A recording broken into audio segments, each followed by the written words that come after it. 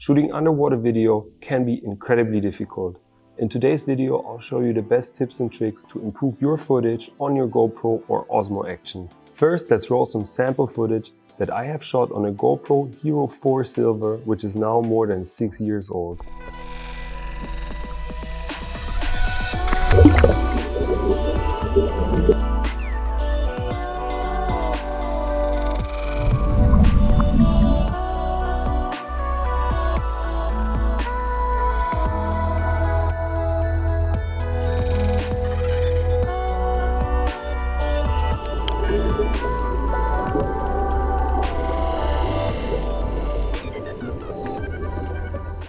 Now I think the results are pretty decent considering that I used an old action camera that is super outdated, doesn't have stabilization and all these fancy features.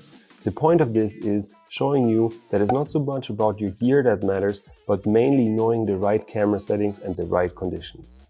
My first tip is to shoot around noon to maximize direct sunlight underwater. In photo and video, it's usually best to avoid times when the sun is really high up in the sky because it causes really harsh shadows.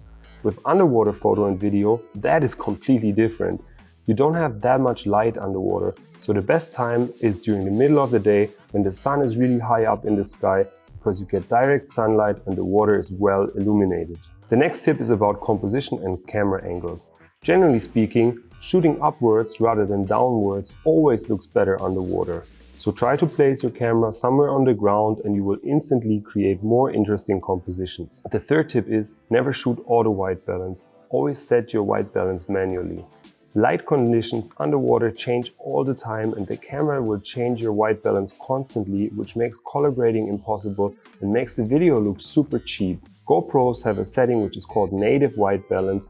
That tends to work quite well for me personally. Next up is stabilization. You want to keep your camera as smooth as you can. So in general, try to avoid using selfie sticks because they tend to make your footage look more shaky.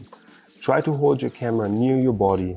Using a dual handle mount, you can grab it with 2 hands, so that works well. If your action camera has a stabilizer feature, turn it on. Digital stabilization really helps to smooth out the footage. Tip number 5 is slow motion. Shooting in slow motion will help you to make your shots even smoother. I tend to shoot 60 frames per second and slow it down in post-production. Number 6, field of view. Now that really depends on your taste. I like to use medium or narrow because you can get closer to your subjects. But if you want to capture more of the scene, ultra-wide will look obviously more like a GoPro, and that is fine if you are going for that kind of look. The next tip is about setting a flat color profile. Always use the Pro Tune feature. Having a bit of increased dynamic range underwater is super helpful because you have less light compared to normal shooting situations. And last but not least, let's talk about general conditions. Things are more limited underwater and you will not always be able to get the perfect image if the conditions don't allow it. It is impossible to get a decent image if you're in murky water with no visibility. So it's a bit of a garbage in, garbage out principle. It is also very challenging to shoot if you're going too deep because the camera has a relatively small sensor, so you can't expect it to capture a ton of light. Alright people, so that is it. If you found value in this video, hit the thumbs up button, subscribe to the channel, enable the bell, do all these things people tell you to do. Hope you have a great day, stay creative, and I'll catch you on the next one.